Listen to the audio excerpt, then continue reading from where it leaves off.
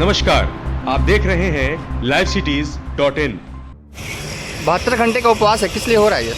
72 घंटे का उपवास है, ये मेरी बेटियां और जो मेरी बहनें हैं उनके लिए किया जा रहा है।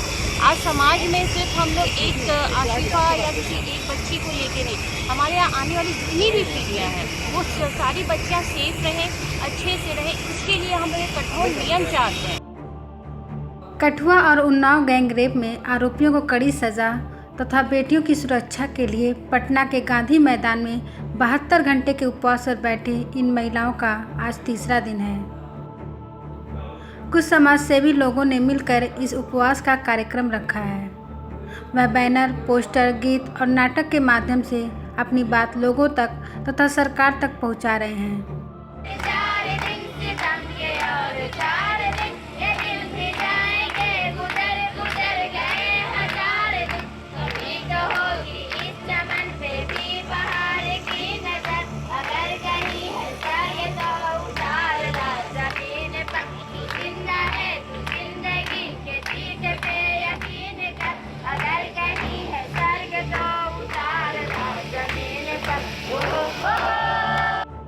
इस उपवास में बैठे लोगों ने सीधे तौर पर सरकार को निशाना साधा है।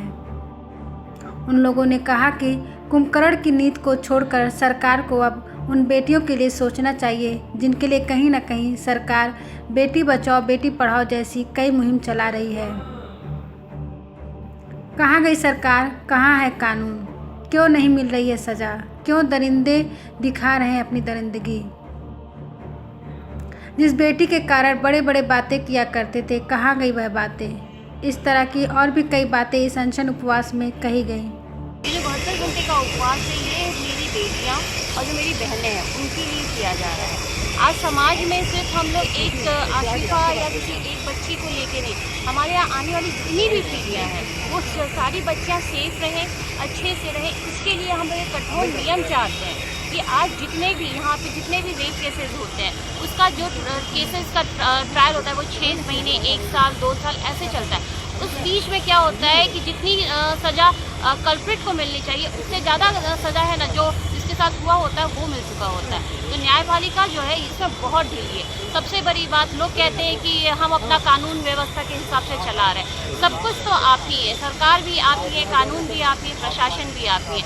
जब रातों रात नोटबंदी हो सकती है, रातों रात किसी IAS का या किसी उसका तबादला हो सकता है, तो रातों रात एक जो कल्प्रिट है, जो जाना जा चुका है, उसको सज़ा क्यों नहीं मिलती। अभी सासाराम का जो रोहतास का जो केस हुआ है बिहार में, सबसे बड़ी बात है उसमें कल्प्रिट पता है कौन है। उस कल्प्रिट 6 साल की बच्ची का जिसने रेप किया है, वो कल्प्रिट कौन है सब जान रहे हैं और उसको पकड़ा जा चुका है, बट उसका ट्रायल चलेगा तो वो और लंबा प्रोसेस। उसको क्यों तुरंत में क्यों नहीं एक्टिव क्यों नहीं हो सकते हैं। तो सबसे बड़ी बात है कि भैया न्यायपालिका इस चीज़ को थोड़ा सा और अच्छे से करे और कठोर सजा दे सके। वक्ताओं ने कहा, कठुआ और उन्नाव मामले में सरकार की ओर से बचाव करने वाला रवैया भी बहुत दुखद है। इस मामले में राजनीति नहीं होनी चाहिए, इसको सांप्रदायिक रंग देना भी दुखद है। इस मामले में निष्पक्ष कार्रवाई होनी चाहिए और दोषियों को कड़ी से कड़ी सज़ा मिलनी चाहिए। 72 घंटे के उपवास पर बैठी संस्कृति फाउंडेशन की आकांक्षा ने कहा, आज मैं किसी नेता के लिए नहीं, अपनी मांगों के लिए नहीं, आज मैं बेटियों के लिए 72 घंटे के उपवास कर रही हूँ, जिसे उन दरिंदों ने अपनी हवस का शिकार बनाया और ये नहीं सोचा कि यही बेटी किसी न किसी रूप में माँ, बहन और एक पत्नी के रूप में है। उन्होंने आगे कहा, मैं इस उपवास के माध्यम से सरकार को सोती हुई कुंभकर्ण निद्रा से जगाना चाहती हूँ कि दोबारा कोई ऐसी ज़रूरत न कर सके। उन्होंने आगे कहा कि कोई ज़रूरी नहीं है कि मेरे इस उपवास से सारा तंत्र सुधर जाए, पर अगर ऐसा सोच कि इससे कुछ नहीं होगा तो उन दरिंदों का मनोबल और बढ़ता जाएगा। आज हम एक शुरुआत कर रहे हैं तो कहीं ना कहीं इस शुरुआत का फ़ायदा आवाम को ज़रूर मिलेगा। पटना से रज़िया अंसारी की रिपोर्ट।